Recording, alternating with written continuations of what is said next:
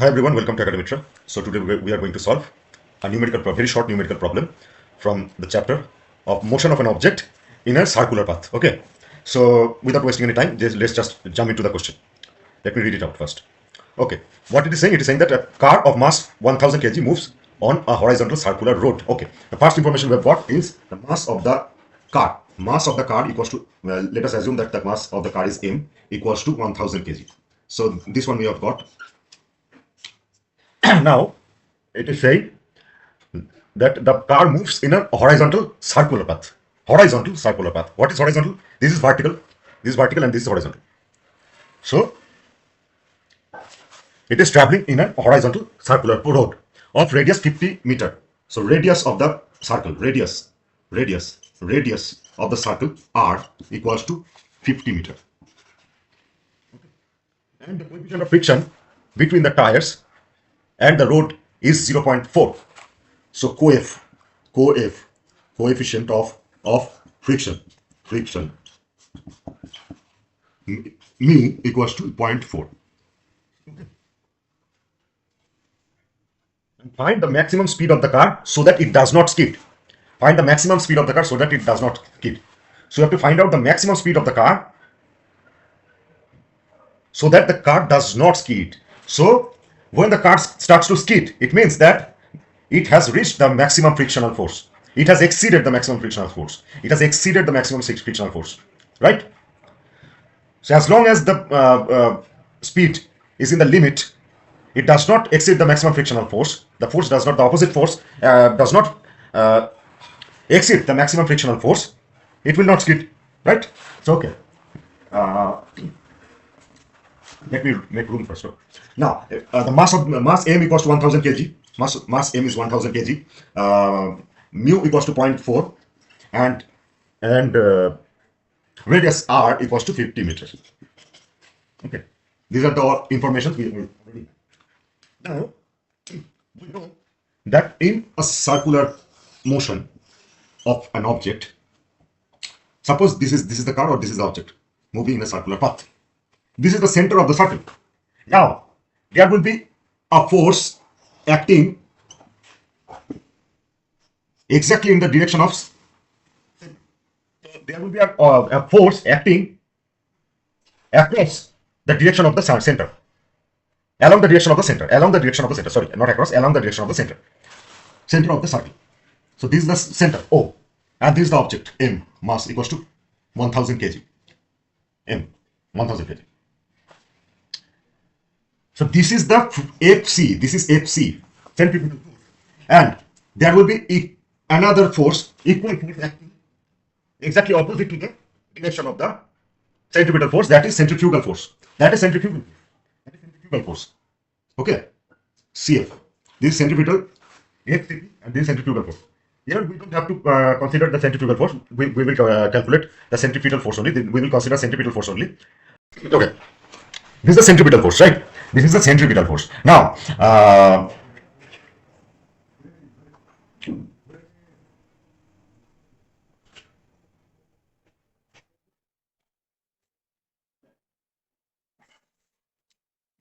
we know that centripetal force, the value of centripetal force is mv squared by r. mv squared by r. mv squared by r.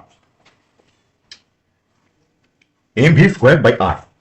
V is the velocity, m is the mass, r is the radius. We have the mass of the car, we already have the mass of the car, and the radius of the circle. So m and r are already given. We have to find out the value of maximum value of v, right? Okay, this is the first equation. Now, this is the first equation. Now, we know that maximum frictional force. Let us assume that maximum frictional force is F max, small f max. We know that F max or maximum frictional force is equal to mu times coefficient of friction times normal force. Coefficient of friction times normal force, or mu times n. Now it is moving in a horizontal path, right? It is moving in a horizontal circular path. So it is moving on the surface of the earth, isn't it? It is moving on the surface of the earth. It is moving on the horizontal plane. So the normal force, obviously, if it is the surface of the earth, or it is the horizontal plane, and object is on this, placed on this surface, then the normal force N will be mg, or the weight, weight of the object, isn't it? It will be mg, or normal force, or it will be mg, or weight of the object. So mu times mg will be the maximum frictional force. Mu times mg will be the maximum frictional force, right? So let me calculate it first. I can calculate it from here. So F max will be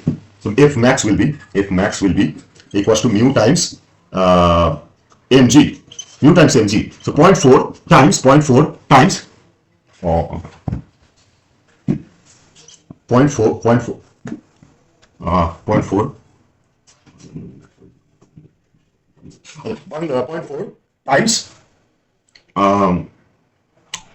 mg. M we already know, m equals to 1000 kg, and g equals to do we have calculator? Yes, I have calculated. So let us, I don't have to approximate now because I have calculator. If in any exam calculator is not given, then you can consider, you can approximate the value of g as 10 meter per second square. So I am taking it as 9.8 meter per second square. Now 9.8, this 0.4 times 1000 is 400. 400 times 9.8 equals to 3920. So 3920 Newton. This is given in kg. This is meter, and this is the value of g in meter per second square. So kg meter per second square will be Newton. So 3920 Newton, kilonewton. 3.92 kilonewton. This is the value of maximum frictional force. Now this diagram is not required, but okay. Fc, the value of Fc equals to mv square by r. mv square by r. M equals to 1000, v square by r. R equals to 50 meters. R equals to 50 meters. R equals to 50 meters.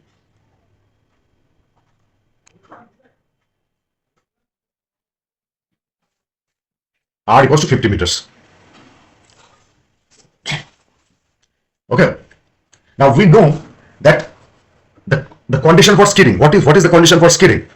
When the object will start to skid, when this centripetal force, the maximum frictional force exceeds the value of centripetal force. The maximum frictional force exceeds the value of centripetal force, isn't it? The maximum frictional force exceeds the value of centripetal force.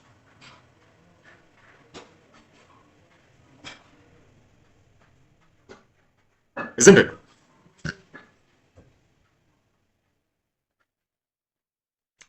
So it will start to skid when it will start to skid. Okay, F max equals to 3920. We have calculated 3920 Newton. Now it will start to skid when F max equals to FCP. Right? F max equals to FCP, right? So it will start to skid when, what is the value of F max? What? Just forget it. Just forget the value of mu mg for a moment. Mu mg equals to mv square by r. Now m cancels out. M cancels out. R will go on the left side. R will move to left side. So mu rg or mu gr equals to v square. So v square will be equals to root over mu rg. Okay. So v will be root over mu rg. So v max will be root over 0.4 times 50 times 9.8. Okay. So 50 times 9.8 times 0.4. First 1.196. So root over 196 equals to 40. We know that 196 is 40 square. So we have taken the current value. If we considered it 10, then it would not be a square value, isn't it? So we have taken it as 9.8. That is why we are getting 1.196. So the value of maximum velocity, so that the car, so not maximum, this is a minimum. Sorry, this is a minimum. This is a minimum. The minimum value of velocity, so that the car starts to skid, will be equals to 40 meter per second. This is a minimum value. This is not maximum value. The value of friction is maximum, and the minimum value of velocity required to exceed the value of frictional force, or overcome the value of maximum frictional force, or overcome the value of friction, overcome the frictional force, is 14 meter per second square, 14 meter per second. So this is the maximum velocity required. Initially, I calculate the value of but this is not required. You can approach in that way also. How you can write 3920 equals to mv square by r, that is 50 times v square by r, 50 times v square by r equals to sorry, r is this is 1000, this is 1000 by 50. Okay, so 0 will cancel out, 5 will cancel out with 100 equals to 20. Okay, and now 0 cancels out, so ultimately v square will be 196, 392. So this is 196, and will get gradually you will get the same value, which is v equals to root over 196 equals to 40. So this is another approach. You can approach this, and then you can approach in this way. You can first calculate the value of f max, and you can equate it with mv square by r, and then calculate, or you can directly write f max equals to mv square by r, and then you can cancel out the value of m, and you'll get v square equals to mu rg, a square equals to v square equals to mu rg equals to mu rg, and v equals to root over mu rg, and that is how you will get the minimum value of velocity required to overcome the frictional force, and the car will start to gradually skid. So yeah, these are the two approaches I have discussed today. Hope you find it helpful, and if you find it helpful and you like it, then don't forget to press the like button, don't forget to subscribe, and you can share with your friends as well. Okay, best of luck.